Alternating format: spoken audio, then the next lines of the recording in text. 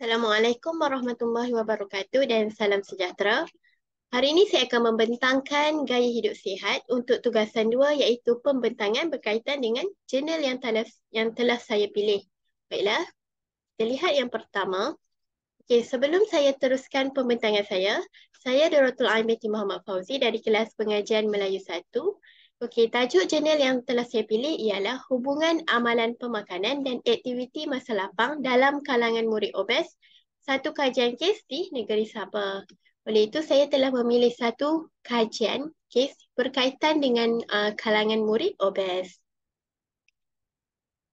Kita lihat pengenalan tajuk jurnal. Okey, daripada pengenalan tajuk jurnal, ia membincangkan berkaitan dengan masa lapang sama ada mempengaruhi amalan pemakanan atau tidak dalam kalangan murid obes.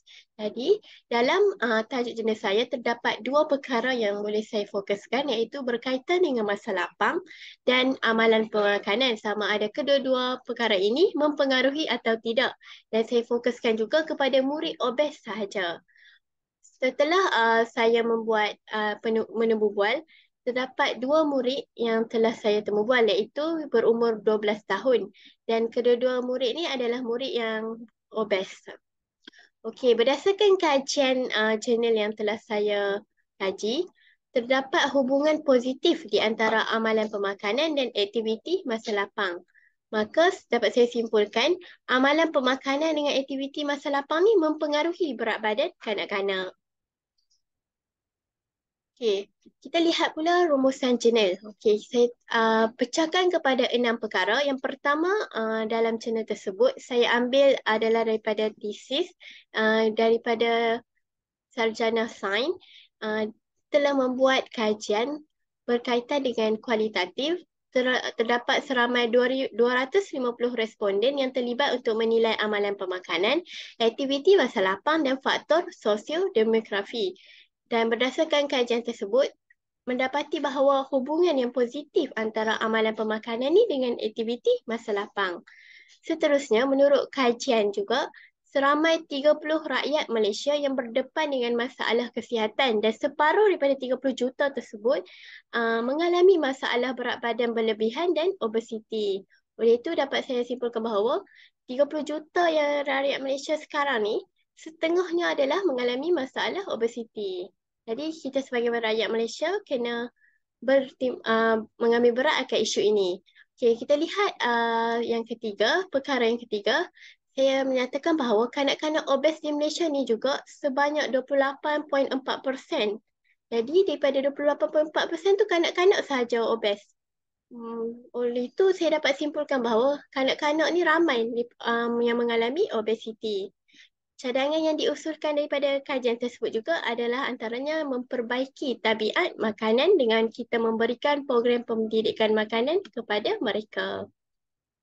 Okay, yang keempat, saya fokuskan juga bahawa terdapat faktor penyebab kepada masalah berat badan berlebihan ni. Antaranya ialah amalan pemakanan yang kurang baik. Pengkaji mendapati bahawa amalan pemakanan yang kurang baik ni contohnya pemakanan yang tidak berkhasiat, tidak seimbang dan pengambilan makanan segera yang mengandungi lemak serta tinggi kalori. Oleh itu, faktor penyebab masalah berat ni kita boleh katakan disebabkan makanan tersebut tu tidak seimbang. Kita tak amalkan piramid makanan. Makanan yang kita ambil tu juga berlebihan daripada segi gula atau lebih kepada yang makanan yang berminyak. Okey, kemudian menurut pengkaji juga, golongan etnik yang terbesar mengalami masalah obesiti meningkat daripada 19.1% kepada 26.1% dan kanak-kanak tersebut adalah daripada golongan Melayu. Oleh itu kita nanti sebagai ibu bapa kena ambil isu ini lebih berat berkaitan dengan kanak-kanak. Kemudian kita lihat pula, terdapat hubungan di antara status berat badan murid dengan disiplin diri yang rendah dalam pengurusan aktiviti masa lapang. Jadi rumusan jurnal yang saya dapat katakan bahawa hubungan status berat badan ni ada kaitan juga dengan disiplin diri. Sebab daripada disiplin diri itulah pengurusan aktiviti masa lapang ni kita melakukan perkara yang berfaedah atau tidak. Okay, kita lihat seterusnya daripada jurnal itu juga saya dapat simpulkan ada 3 peringkat masa lapang. Yang pertama, ia berkaitan dengan hiburan. Contohnya daripada kita segi main game, permainan secara dalam talian dan permainan alat elektronik. Yang kedua, aktiviti rekreasi atau riadah seperti berbasikal. Dan yang ketiga, kanak-kanak ni dengan keagamaan ketika masa lapang. Okey, daripada tiga peringkat masa lapang tu lah kita nak lihat sama ada kanak-kanak ni di peringkat yang pertama, peringkat yang kedua dan peringkat yang ketiga. Saya juga dapat daripada jurnal tersebut ada tiga kategori amalan pemakanan, iaitu yang pertama kita lihat jenis makanan. Okay, jenis makanan ni boleh kita katakan kanak-kanak ni jenis makanan sudah pasti suka makanan yang manis, contohnya donat dan sebagainya. Dan mereka juga lebih suka makanan seperti makanan ringan, iaitu snack dan jajan. Itu adalah salah satu kategori amalan pemakanan juga, iaitu dari segi jenis makanan. Yang kedua, daripada segi tabiat makanan. Tabiat makanan ni boleh jadikan, katakan kepada mereka, contohnya kanak-kanak ni tidak suka sarapan. Sedangkan sarapan ni sangat penting. Itu adalah salah satu kategori amalan pemakanan daripada segi tabiat makanan. Dan yang ketiga adalah kumpulan makanan. Kumpulan makanan ni kita boleh fokuskan kepada piramid makanan, iaitu sama ada kanak-kanak ni lebih kepada karbohidrat atau lemak atau protein.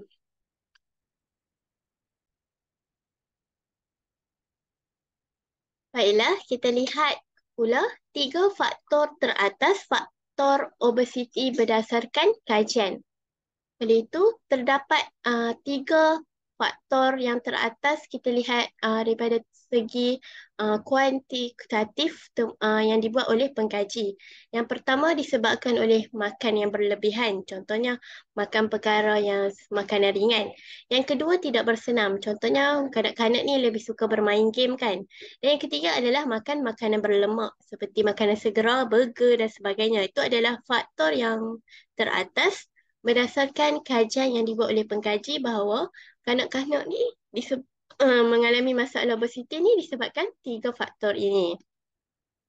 Okey, kita lihat perbincangan pendapat yang telah saya rumuskan daripada kerja khusus hari itu. Okey, terdapat dua perbincangan pendapat yang saya fokuskan, iaitu setuju dan tidak setuju.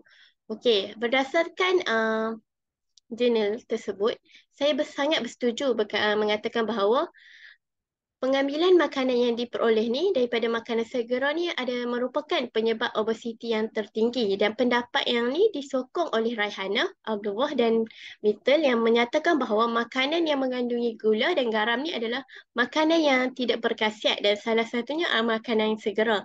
Oleh itu dapat saya simpulkan bahawa kanak-kanak ni sangat suka makanan segera, kanak-kanak juga suka makanan yang bergula. Daripada situlah kanak-kanak mengalami masalah obesiti. Dan pendapat yang saya kurang setuju daripada jurnal tersebut menyatakan bahawa tidak terdapat perbezaan yang signifikan antara amalan pemakanan dengan status sosioekonomi. Pendapat yang saya jumpa daripada kajian lama ada juga mengatakan bahawa sebenarnya kanak-kanak ni yang berat badan berlebihan ni sebenarnya ada kaitan dengan ibu bapa atau keluarga yang berpendapatan tinggi berbanding kanak-kanak yang mempunyai keluarga yang miskin. Jadi pendapat ni saya sangat sokong dengan pernyataan tidak setuju saya kerana status sosioekonomi ni sangat bergantung daripada segi penjagaan makanan kepada kanak-kanak.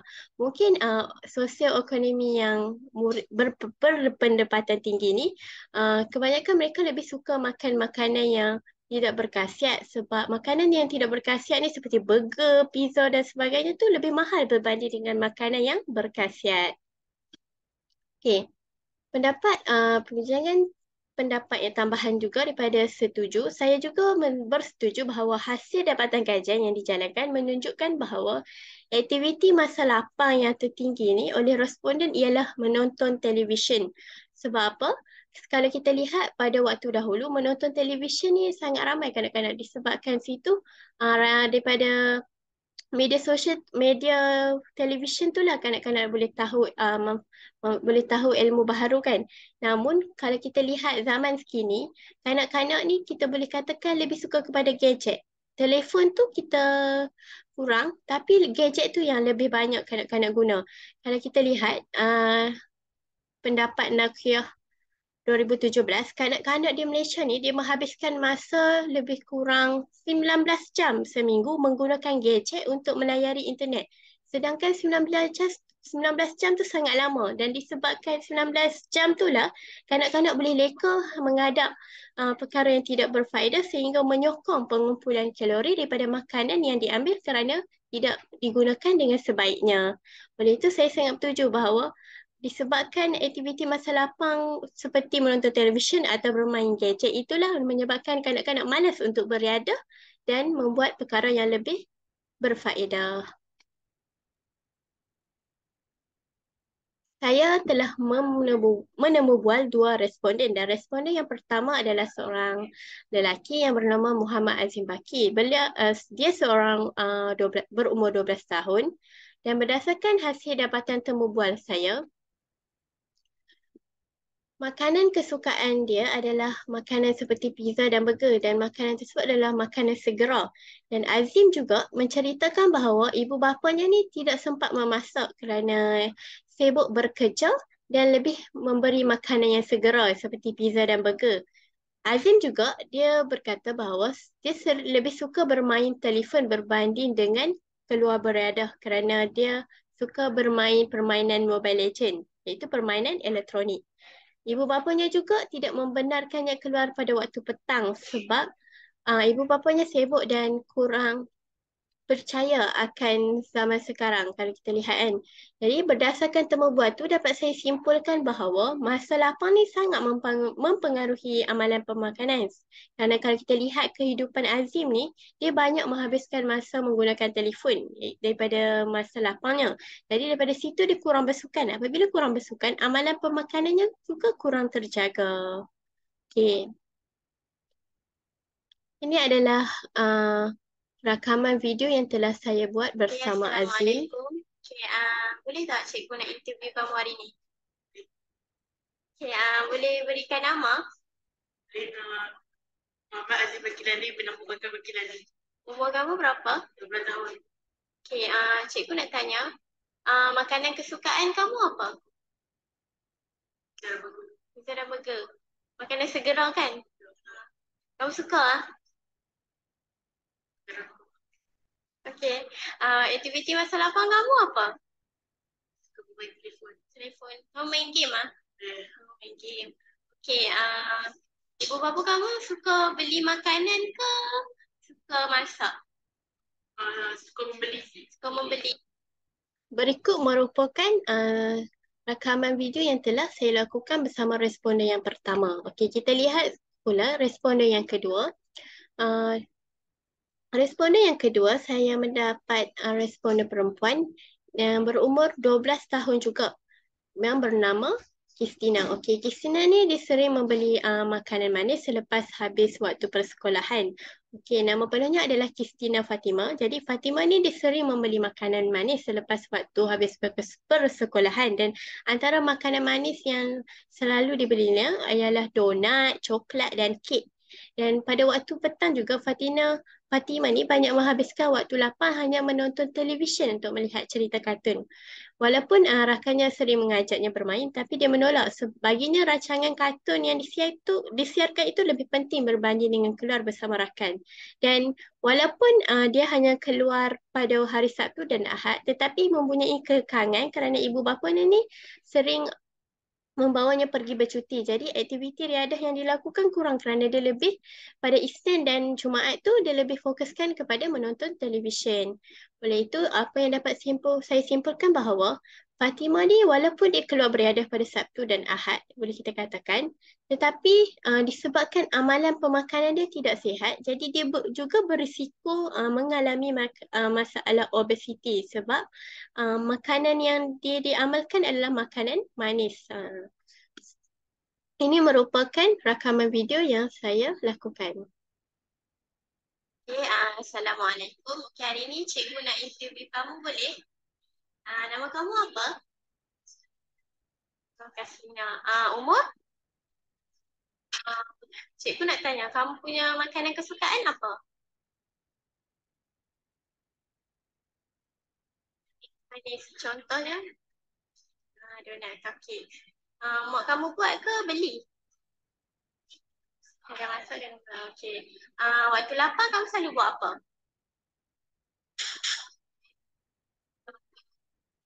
Tengok TV, cerita apa? Ah, ah. Okay, ini adalah merupakan salah satu video rakaman yang telah saya temu bual melalui respondent yang kedua.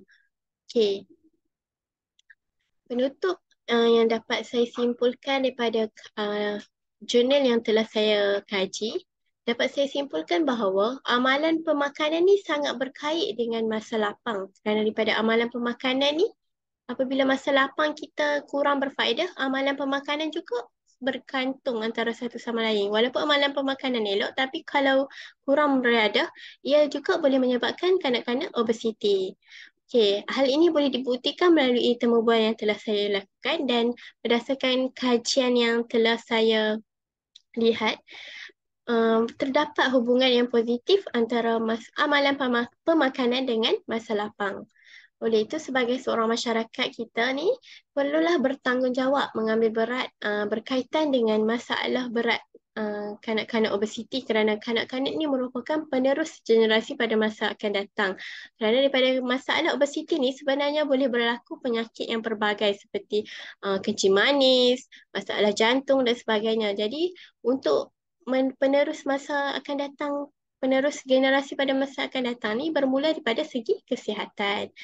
Bukan kita sebagai guru saja, tetapi semua pihak memainkan peranan sebagai ibu bapa, sebagai guru juga kita dan sebagai masyarakat lain, sebagai pembeli, sebagai penjual juga perlu mengamalkan amalan pemakanan ni dan perlu menjual makanan yang berkhasiat kepada kanak-kanak.